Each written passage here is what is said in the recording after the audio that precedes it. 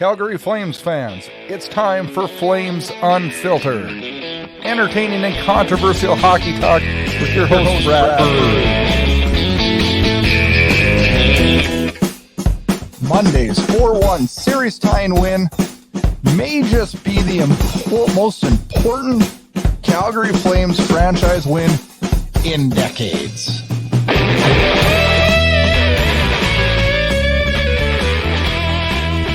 Good evening and welcome to Flames Unfiltered. I am the host of the show, Brad Burud, joining you for a Stanley Cup playoff edition of Flames Unfiltered. As, we're smack dab in the middle of round one of the Stanley Cup playoffs. Flame Stars, it's been, how would you describe it? A roller coaster of emotions? Yeah, that would probably be one of the ways to describe it. As I know it's been a little trying, hasn't it? A few moments of deep despair and a few moments of loving it, but it's been a tricky go. 2-1 down, 2-1 was a little bit of a panic for a lot of us. It was for me. I'm still suffering from a little 2020 Dallas Stars PTSD as I saw us totally flop in that series, and I don't want to relive that anymore. And just seeing the green and black out there had me thinking not so positive thoughts. 2004, you know what? This is what got me through the 2-1 panic. Is that in 2004, the Flames were down to the Canucks 2-1, ended up winning game 4 and went on to win in 6. We forget about that. I'm not going to lie. I was having a little bit of a struggle on Monday trying to keep positive. Even though I knew this team could do it, it was a little tough. And didn't help that I had some friends and family members rubbing it in a little bit, trying to get me a little bit wound up, you know. They got me thinking superstitious. I had to wear a certain shirt last night. And they just had me doing crazy stuff, and it works. And now I got to do all that crazy stuff again on Wednesday night. So I don't know. Game 2 struggles. It's a struggle for the Flames, and they haven't won a Game 2 since 2004. Wow. That year, guess what happened? We ended up losing in the Stanley Cup Finals. But Calgary has lost 11 straight Game 2s, including the qualifying round, dating back to 2003-04, the Western Conference Final. Wow. That was against the Sharks, wasn't it? That was a big win. Forgot about that series. We were down in that one too. What's with all these people in Calgary making these music videos and stuff for the team? Doesn't that stuff happen like when you're going into the finals, not the first round? I don't know. I'm a little too old-fashioned for that, I guess. I don't know. Hopefully the Flames come out in Game 5 with some consistent intensity level and some really we're going to grab this opportunity and go with it. I was really happy with Game 4. I hope they don't take a step back, and I don't think they will. I don't. On today's show, it's going to be a good show. It's a playoff edition show of Flames Unfiltered. We're going to kick it off with a recap and discussion of games 1 through 4. I go into bigger detail on Flames Unfiltered shorts after every game, so you can check those out after every game.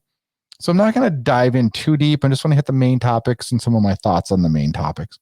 And then Kyle Lewis is joining the show again. He's been on numerous times, and he's more than probably a regular now, which is great. I love talking hockey with Kyle. He's on the road this week, but he took some time out of his busy schedule to join us.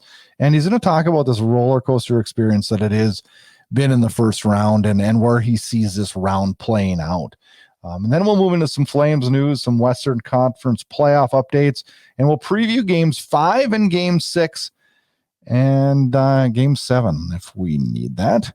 It's going to be a great show. It's been a good series so far. It's definitely been in the trenches. Enjoy this episode of Flames Unfiltered.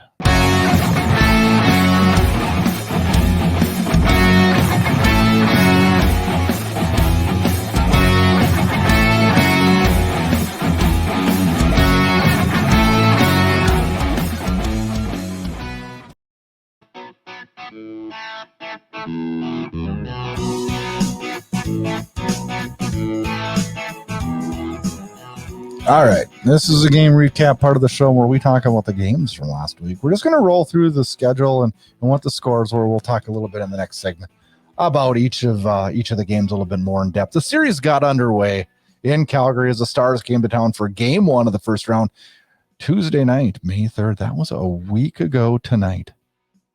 Does it seem like it's been a week? Sometimes it has, hasn't it? Calgary jumped out that night, wins the game 1-0 in a dogfight all the way till the end. Game 2 took place Thursday night, May 5th, also at the Saddle Dome. And Dallas was really on this night, and they took charge this night and played a much more physical game and beat the Flames 2-0. So now we're 1-1 heading to Dallas. We get Friday as an off day and Saturday night, big Saturday night, late night battle in Dallas. And this is one where the Flames probably weren't at their best. I can't say the Flames were bad. They just had some, just some breakdowns in this game, and they're on the wrong side of a 4-2 win for the Dallas Stars, and they take a 2-1 series lead, sending the whole city of Calgary into a panic that was not echoed in the locker room or with Coach Daryl Sutter. And that was all part of the playoff process, he said, and said that the team was fully confident that there was a lot of hockey left in this series. Game 4 last night, Monday night, May 9th. Calgary all over Dallas early, could not solve. Finally breaks through. Gaudreau scores on a penalty shot, and Game 4 winner, clutch. Calgary evens the series 2-2 with a 4-1 win. That sets up Wednesday night, Game 5, back at the Saddle Dome.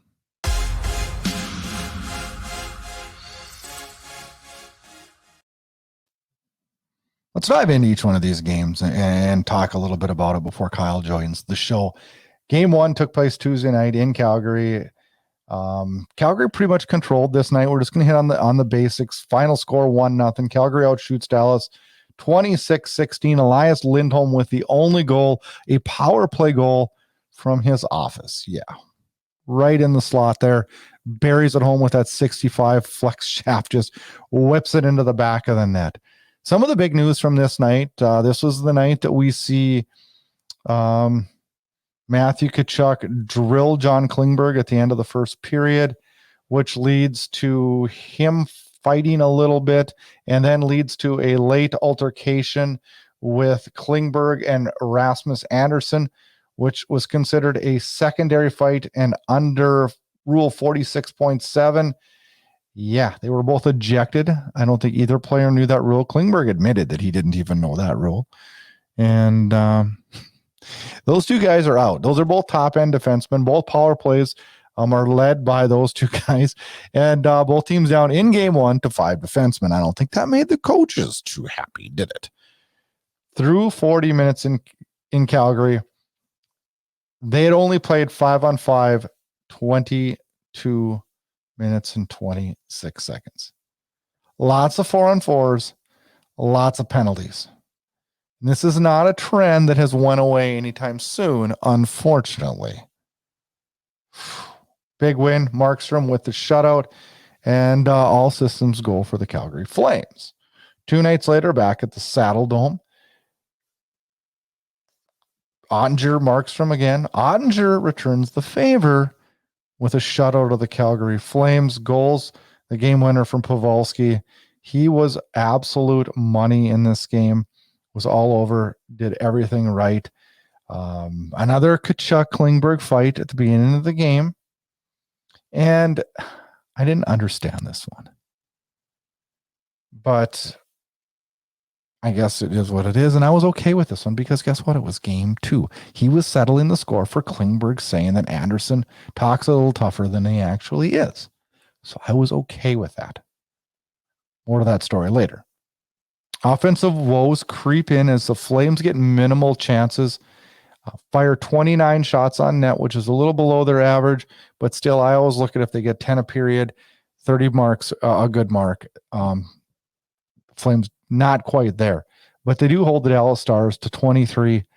But the Pavelski goal was the difference maker. They added an empty netter, and the Dallas Stars go up 2-1 in the series. Saturday night in Dallas, for the Stars even the series 1-1. Now they go up on Saturday night in Dallas in the arena. I'll give it to them. That was rocking. It was definitely rocking and rolling in there. 1-1 after one, of course, right away. Tkachuk gets into another fight with Klingberg as he jumps him, and I thought it could have been an instigator on Tkachuk. Not a smart play. He goes to the penalty box, and you can't have a 40-goal scorer fighting a minute and a half into every game of your playoffs. It just doesn't work that way. The score was settled the night before with Klingberg. I'm not sure why he had to settle the score again, but it makes me feel like Tkachuk, like Klingberg was in Tkachuk's head.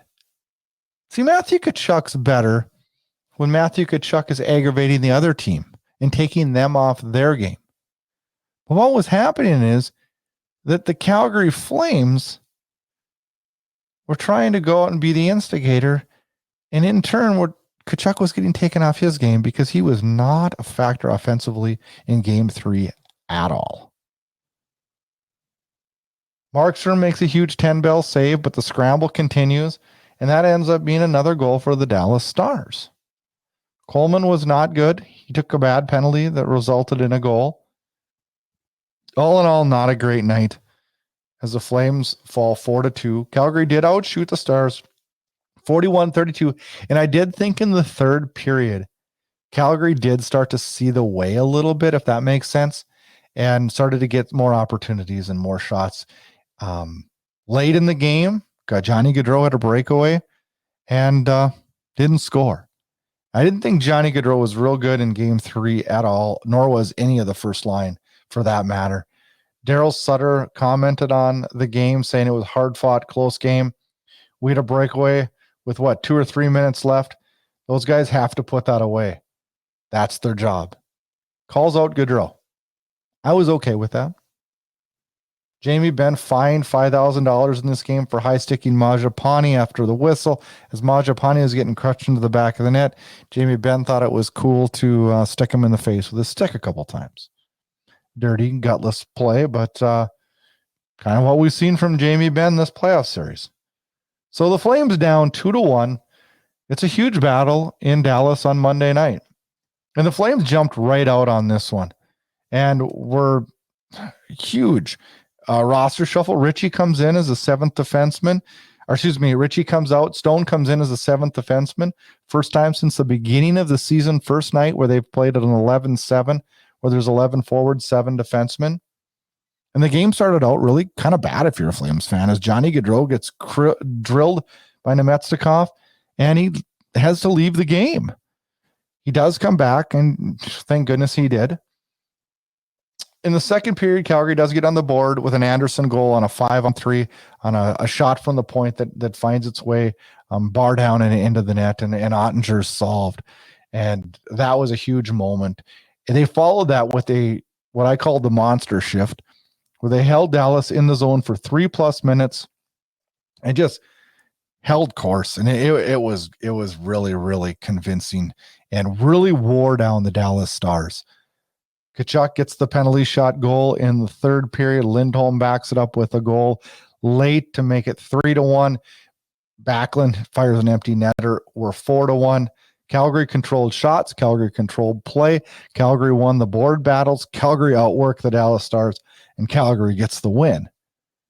That is the recipe that they had all regular season and found great success, and something that they have to continue now as this series goes, because this Dallas Stars team is not rolling over.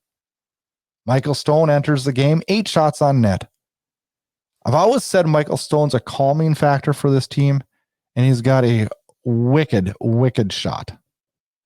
Matthew Tkachuk looked like a whole new player, focused on what he needs to do, and that's creating offense, what he's best at, and that's creating offense. The top line was great.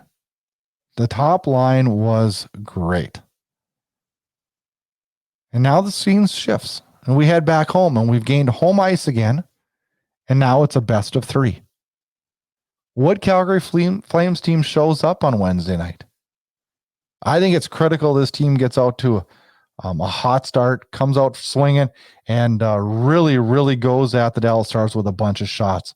And man, if we could just get one by Oettinger early, the Saddle Dome would go crazy. Game 5, going to be a good one Wednesday night at the Saddle Dome.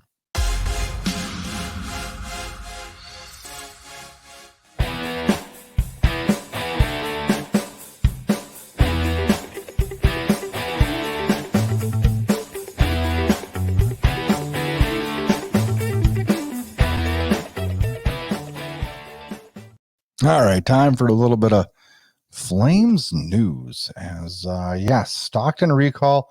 Flames recalled Adam Werner from Stockton, and a lot of people were like, well, what's going on? This happened right before game 1. You always need 3 goalies for the playoffs. This was the call-up so that Dustin Wolf could play in the playoffs and get important playing time in critical situations. Gary Bettman visited the Saddle Dome for game 1, and during his short media availability, he reiterated that Calgary will not host any major events, i.e. the draft, anything like that, unless they get a new arena. Bettman says he's meeting with the CSEC brass on Wednesday to get an update on the talks going on in the cities. So hopefully we get some progress here. I don't know. I get frustrated a little bit when Bettman talks this way about Calgary. We need a new arena, and we're going to get a new arena. I am confident of that. This team deserves to be in Calgary and will be in Calgary. And I think Bettman's handling it, for the most part, pretty good. But for him to just think it's completely okay that Arizona's playing in a tiny little arena, but yet kind of take a couple shots at Calgary, frustrated me a little bit. I did hear that he got stuck in the elevator on the way out. Another sign we need a new arena. Oh, boy. Yeah. King Clancy Award nominations as Calgary's nominated Michael Backlund for this award.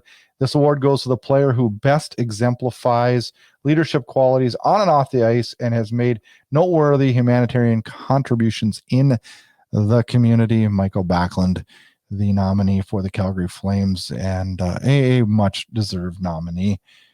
Other big news today is the Vezina finalists were announced, and our Jacob Markstrom heads a list of Vezina finalists along with UC Saros and Igor Shesterkin. Those awards will be given out later in the year.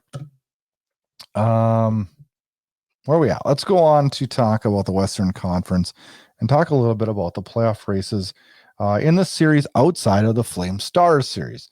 In the Central Division, the 2-3 matchup features the Wild and the Blues. That is currently tied 2-2, and I know they're playing Game 5 as we speak, and that one's just actually dropping the puck, I believe. The Blues win Game 1 4-0. Wild come back, win the next game 6-2. Wild win the next one 5-1. They take a 2-1 series, and then the Blues come back and fire 5-2 and win that one to tie the series 2-2. A series that's tight because it's 2-2, but none of the games have been close. They've all been kind of lopsided in one direction, which is kind of weird. But all in all, a really good series. A series I got to slow down and watch a little bit more of because I think it's going to be one worth watching. The other matchup over in the Central, the number 1 Colorado Avalanche defeated the wild card number 2 Nashville Predators in 4 straight. Which, what did our coach say? It's going to be a waste of 8 days. Nashville just wasted 8 days. See, Daryl Sutter knows what's going on. Avalanche win game 1 7-2 as David Riddick was not good, unfortunately. Avalanche win game 2 2-1 in overtime. Avalanche win game 3 7-3, and another convincing 5-3 win to sweep the Nashville Predators. In the other matchup, the Pacific Division, the Calgary Flames. They're on my mind. The Edmonton Oilers, the number 2 seed, taking on the LA Kings, the number 3 seed. The Kings come out with a win in game 1, 4-3 in a really, really good hockey game. Edmonton pulverizes them 2 nights later, 6-0, and then again 8-2 the next night. And everybody was saying this series is done. It's done. It's over. Edmonton's moving on. And then LA decides to play some hockey. Jonathan Quick has a really, really good game. The Kings play a wonderful defensive game and win 4-0 in game 4, tying the series at 2. They play tonight as we record this also, and that should be a really good one. One interesting fact I did see with the Edmonton Oilers that they have to avoid COVID risks and regulations.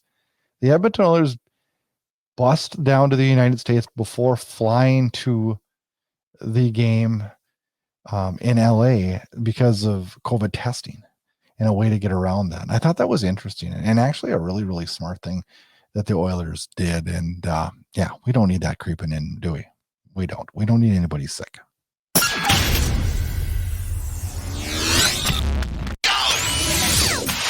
Get all your Flames Unfiltered podcasts, team news, team updates, and highlights at flamesunfiltered.com.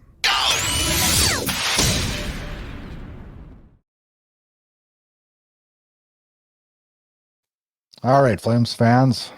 Well, let's preview what lies ahead. The series continues. Game 5, 6, and 7 lie ahead this week. We get back at it Wednesday night, 9:30 Eastern, 7:30 Mountain Time, back at the Saddle Dome. Game 5, series tied 2-2. Game 6 goes back to Dallas for Friday night. The time for that game is yet to be determined.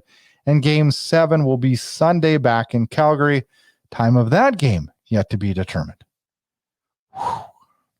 The series is taking a ton out of me. I knew it was going to be difficult. I didn't think it was going to be easy. I thought it'd be easier than it's been.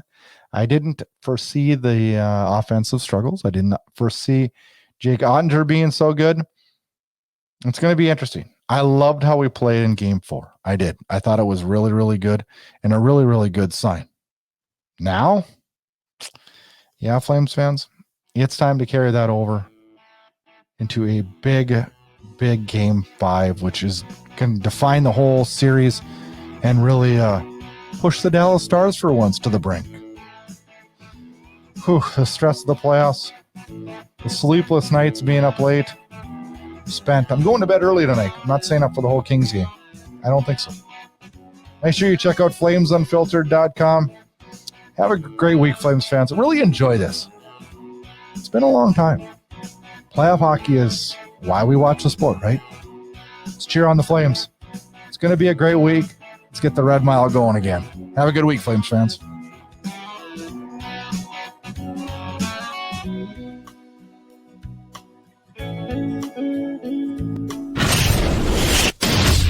Get connected. Flames Unfiltered can be found on Twitter @FlameUnfiltered. And also make sure you check out our Facebook page @FlamesUnfiltered. Check out host Brad Burud on Twitter @BradBurud. And if you like what you hear, rate and review us on Apple Podcasts. You can find Flames Unfiltered on all the major podcast players. Thanks again and enjoy the hockey action. Play on! Yeah, baby! Play on! Yeah, baby! Thanks for tuning in to Flames Unfiltered. Check back for more action-packed Calgary Flames talk.